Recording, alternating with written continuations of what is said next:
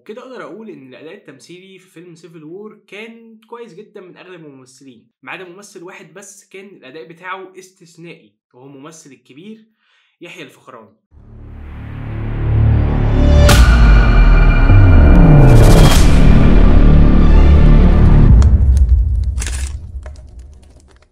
مساء الخير واهلا وسهلا بيكم في قناه فيلم جامد، والفيلم اللي هنتكلم عنه النهارده هو فيلم سيفل وور. قصة فيلمنا بتحكي عن المستقبل وايه اللي ممكن يحصل لو ولايات امريكيه قررت انها تنفصل عن امريكا، وبنتابع احداث الفيلم من خلال رحله لمجموعه من الصحفيين والمصورين بيحاولوا يوصلوا لهدف معين. في خلال رحلتهم دي بيعدوا ببعض المشاكل والصعوبات اللي ممكن تقتلهم، فيا ترى ايه اللي هيحصل؟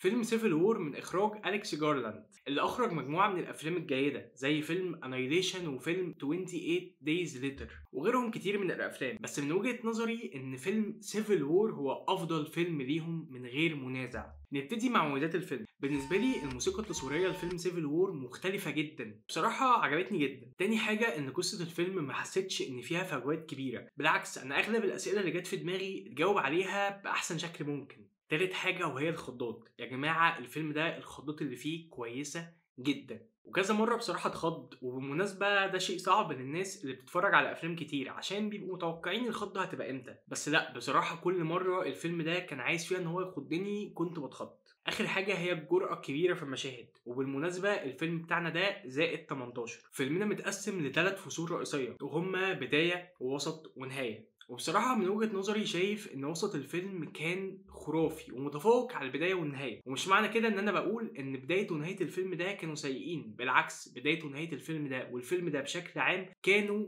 ممتازين. بس قصدي ان وسط الفيلم ده انا ما شفتش زيه بقالي كتير قوي، كان حرفيا ما فيهوش لحظة ملل واحدة. ننتقل على عيوب الفيلم. وبصراحة انا مش شايف ان الفيلم ده فيه عيوب كتير، بس اكبر عيب بالنسبة لي وواجهني في اغلب احداث الفيلم هي ان انا مش فاهم ايه اللي وصل الاحداث لكده. ما شرحوش بشكل كافي الحرب دي بين مين ومين، وايه اللي خلى الاحداث دي توصل للمرحله دي. هما حرفيا رمونا في وسط الاحداث واحنا نفهم اللي احنا نفهمه، بس ما شرحوش بشكل كافي ايه اللي خلى الاحداث دي توصل لكده.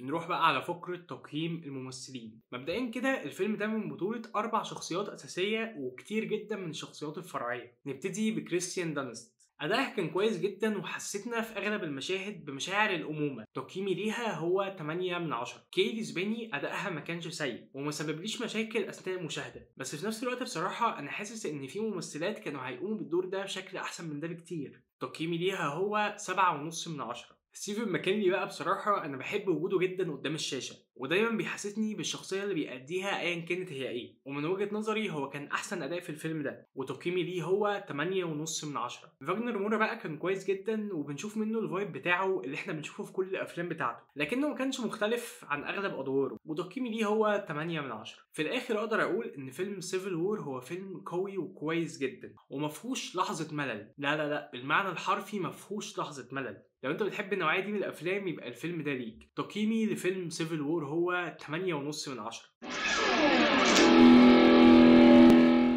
طيب نروح عند سؤال مهم، هل الفيلم ده مسروق؟ بصراحة من خلال معرفتي أنا ما شفتش أي حاجة مشابهة ليه قبل كده، ولكن الفيلم ده مستوحى من أحداث حقيقية المفروض إن هي بتحصل دلوقتي حاليا في أمريكا. في بعض الولايات عايزين ينفصلوا عن الولايات المتحدة الأمريكية. نروح بقى لآخر فقرة معانا وهي ترشيحات مشابهة لفيلم سيفل وور. بصراحة تعبت جدا في التدوير على فيلم شبه فيلم سيفل وور وما لقيتش فيلم شبهه بنسبة 100%، بس لقيت أفلام فيها أفكار منه أو أفكار متشابهة مع الفيلم ده، والفيلمين دول طبعا ترشيحات مباشرة.